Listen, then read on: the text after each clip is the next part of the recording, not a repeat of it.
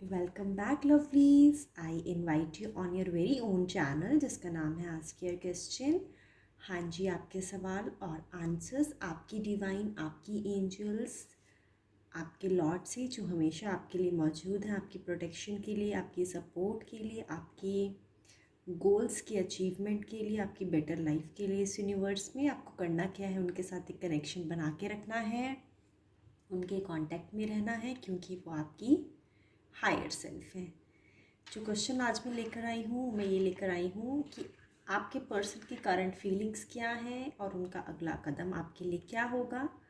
General reading है, हो सकता है आपके साथ रेजोनेट कर जाए, हो सकता है ना करे। अगर तो ये करती है तो प्लीज़ आप इसे एक्सेप्ट कीजिएगा, अदरवाइज़ आप दूसरी रीडिंग भी देख सकते हैं। कुछ मेरे व्यूअर्स हैं जो जानना चाह रहे थे कि रीडिंग्स लेट क्यों आ रही हैं। तो लवलीज मैं आपको बताना चाहती हूँ, पर्सनल रीडिंग्स भी होती हैं एंड देन कुछ जॉब रिलेटेड वर्क भी होता है, तो उस कॉन्टेक्स्ट में थोड़ा टाइम की लिमिटेशन रहती है। लेकिन यस, आपको ध्यान में रखे हुए हूँ। जो भी मेरे व्यूअर्स हैं जो हमेशा जनरल रीडिंग्स में कहीं ना कहीं अपने आंसर्स ढूंढने की कोशिश करते हैं, उनके लिए भी मैं हमेशा मौजूद हूँ। थोड़ा रीडिंग लेट हुआ है इस पर, उसके लिए please excuse me for that. आप किसी भी कंट्री, किसी भी स्टेट से बिलोंग करते हैं, आप हमारे साथ जुड़ सकते हैं अपने क्वेश्चंस के आंसर्स के लिए, ठीक है। और बताना चाहूँगी, आज जो मैं रीडिंग कर रही हूँ लवलीज, वो कलेक्टिव रीडिंग कर रही हूँ। यहाँ पे मैं किसी भी तरह की पिकअप पाइल, पिकअप कलर या पिकअप स्टोन ऐसा कोई रीडिंग नहीं कर रही हूँ। कलेक्टिव रीडिंग है। अगर तो ये मैसेज आपके लिए है तो आप तक पहुँचेगा, ठीक है।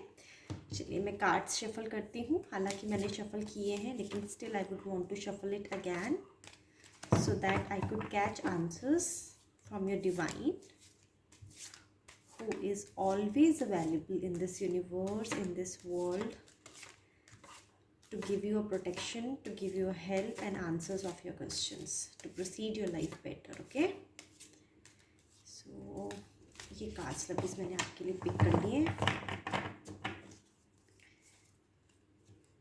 ठीक है, सबसे पहले ये कार्ड आया था, इसको चेक करते हैं। King of swords, ten of swords, the hierophant, and then we have overall knight of cups. ठीक है, आई होप लवली इस कार्ड आपको विजिबल हो।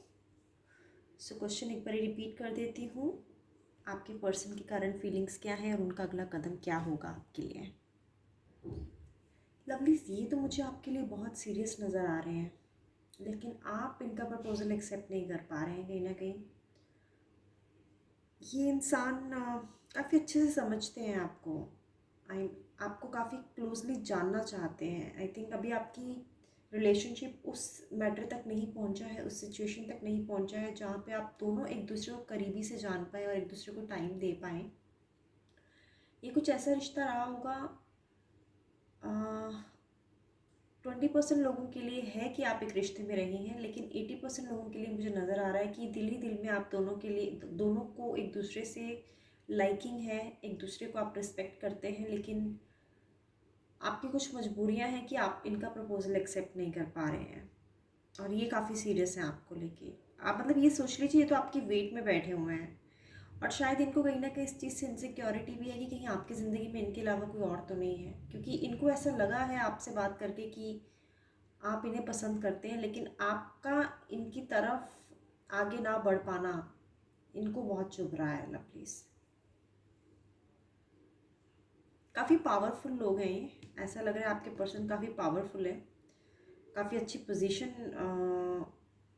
पे हैं ये इंसान, और काफ़ी लोग इन्हें फॉलो करते हैं, ठीक है।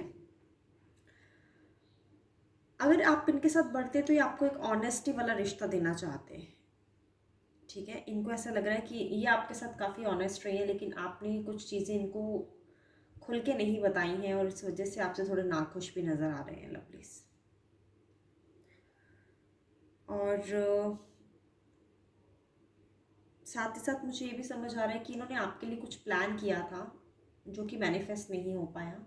ये चाहते थे कुछ प्लान, इन्होंने आपके लिए कुछ प्लान बनाया था, यानी कुछ ऑफ़र करना चाहते थे आपको। अगर तो आप एक ही वर्क प्लेस में हैं तो हो सकता है ये आपके सीनियर हो, ठीक है। अगर आप स्टूडेंट हैं तो हो सकता है आपके टीचर हो। टीचर वैसे टीचर नहीं कि आपसे आप इनसे स्टडीज़ लेते हो, सीनियर हो सकते हैं आपके, ऐसा समझ रही हूँ।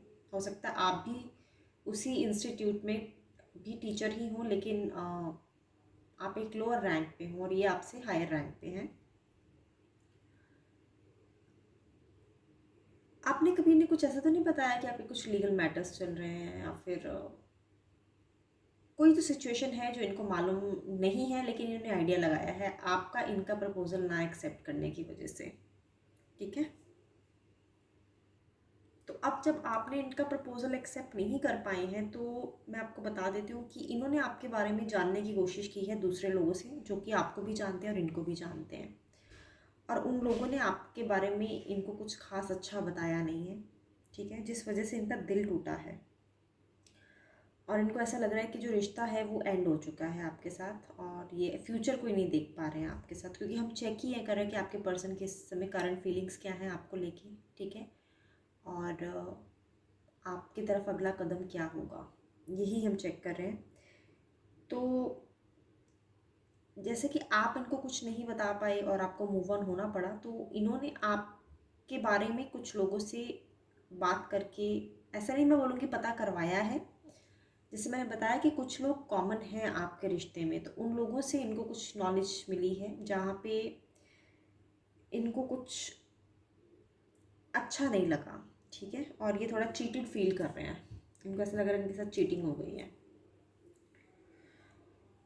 और रियलिटी को एक्सेप्ट हार्ड है इनके लिए करना, मतलब जब इन्हें मालूम है कि अब आप इनका रिश्ता एक्सेप्ट नहीं कर पा रहे हैं, तो इनके लिए थोड़ा मुश्किल हो रहा है लवली एक्सेप्ट करना कि आप इनके लाइफ में नहीं हैं, ठीक है। एंड फेलियर सा फील कर रहे हैं, ऐसा लगता है फेल हो गए हैं, ऐसा इनको ऐसा फील हो रहा है आपके ना होने की वजह से। इनकी लाइफ में थोड़ा चीटेड फील कर रहे हैं, फेल्ड फील कर रहे हैं, लॉस फील कर रहे हैं, एंड देन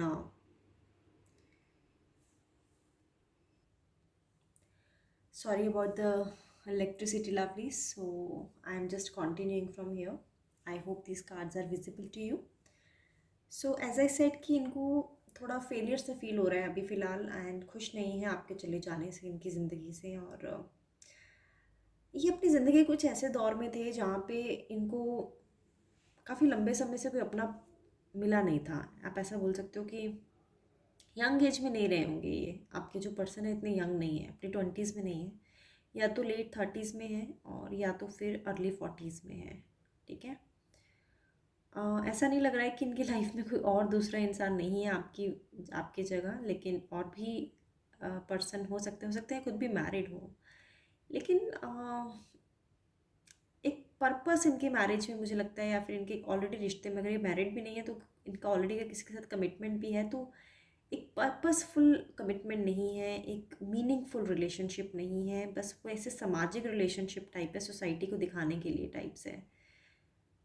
ऐसा नहीं है मैं बोल रही हूँ कि वो उनके साथ अपने आप को अच्छा नहीं समझते, खुश नहीं है, खुश हैं, लेकिन एक मोटिवेशन जो आप उन्हें देते हैं ना, जो आपके होने से उनको खुशी मिलती है उनकी लाइफ में और एक पर्पस मिलता है, वो उनको पर्पस मिसिंग लग रहा है। तो जितना मुझे समझ आ रहा है कि अभी आपके ना होने की वजह से इनकी लाइफ में उदासी उदासी है, और इनका किसी से बात करने का मन भी नहीं करता होगा। और जब ये सोचते हैं कि जो जो स्टेप्स इन्होंने आपके लिए लिए थे आपको अपना बनाने के लिए, वो सब चीज़ें अब जब ये सोचना नहीं चाहते अब उसके बारे में, मतलब इनको शायद अपने आप पे कभी गुस्सा भी आता होगा कि इन्होंने वैसा क्यों किया। तो ये एक मुझे इनके मन के हालात समझ आ रहे हैं अभी। स्टेप्स तो ऐसा है कि अगर मैं बात करूँ तो आपके लिए आपके इनका अगला कदम क्या होगा आपके लिए, तो जितना मुझे समझ आ रहा है वो ये समझ आ रहा है लवलीज की ये आपके पास खुद चल के नहीं आएंगे, आपको इनके पास जाना होगा। और ऐसा नहीं है कि आपको वेलकम बैक नहीं करेंगे। अगर आप कभी लाइफ में आपको मौका मिलता है इनसे दोबारा बात करने का, इनके साथ रिलेशनशिप में जाने का, या कुछ ऐसे पर्पस में जाने का जहाँ पे आप दोनों एक दूसरे के साथ कुछ मीडियम के थ्रू जुड़ पाएँ।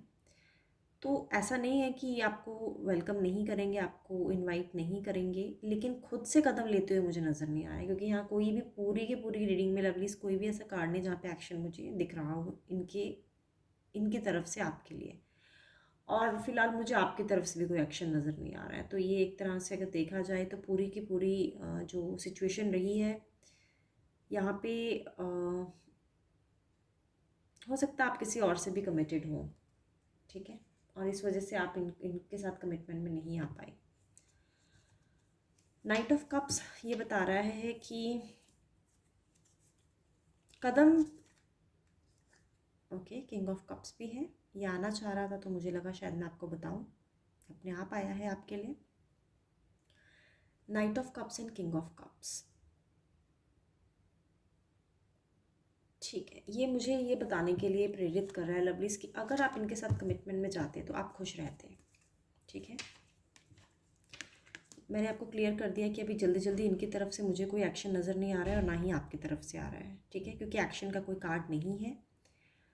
And king of cups and night of cups ये बता रहा है कि अगर आप कनेक्ट हो पाते एक दूसरे के साथ, ठीक है, अगर आप एक दूसरे के साथ रिश्ते में जाते, अगर कोई ऐसी चीज़ ना होती जो आपको होल्ड बैक करती, तो ये आपके लिए काफ़ी अवेलेबल रहते, काफ़ी डेडिकेटेड रहते और काफ़ी ज़्यादा आपको खुश रखने की कोशिश करते, एक किंग की तरह आपकी लाइफ में रहते और आपकी सारी इच्छाएं पूरी करते। तो इतना मुझे समझ आ रहा है कि आपके लिए हमेशा स्टैंड लेते, और शायद आपके मन में कहीं ना कहीं एक डाउट था इनको लेके कि, क्योंकि आप कैसे ना, आप बहुत क्लियर थॉट प्रोसेस के इंसान हैं, आप एक ऐसे इंसान हैं जिनको मालूम है कि उनको एक रिलेशनशिप से क्या चाहिए, और आपके माइंड में, क्योंकि आप आई थिंक ऑलरेडी अगर किसी के साथ कमिटेड हैं तो वो खुशियाँ वो इंसान आपको दे पा रहा है, ठीक है, और इनके आने की वजह से, बट आप उसमें कोई फ्यूचर नहीं देखते। अगर आप ऑलरेडी कमिटेड हैं किसी के साथ तो आप उसमें फ्यूचर नहीं देखते अपना, ठीक है, और ना ही आप उनके साथ कोई ऐसा आपका वो है कि आप एक दूसरे को मतलब मैरिज वाला रिलेशनशिप नहीं नज़र आ रहा है मुझे, ठीक है।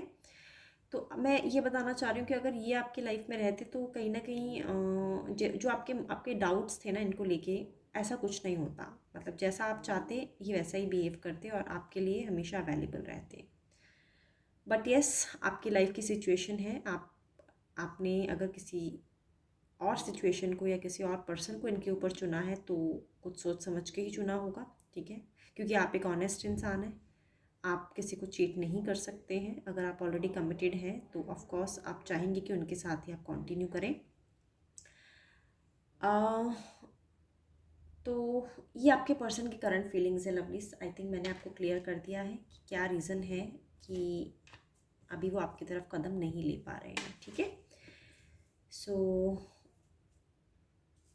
आई होप आपको मैसेज क्लियर हो गया हो, एंड इन केस अगर फ्यूचर में कोई ऐसी ऑप्शन मिलती है जहाँ पे आपको इनके साथ दोबारा मिलके कुछ काम करने का मौका मिले या फिर एक मीडियम से आप दूसरे को मिले, तो ये आपको वेलकम करेंगे। ऐसा नहीं है कि आपको इग्नोर करेंगे या फिर आपको निगलेक्ट करेंगे, ऐसा मुझे नहीं नज़र आ रहा है।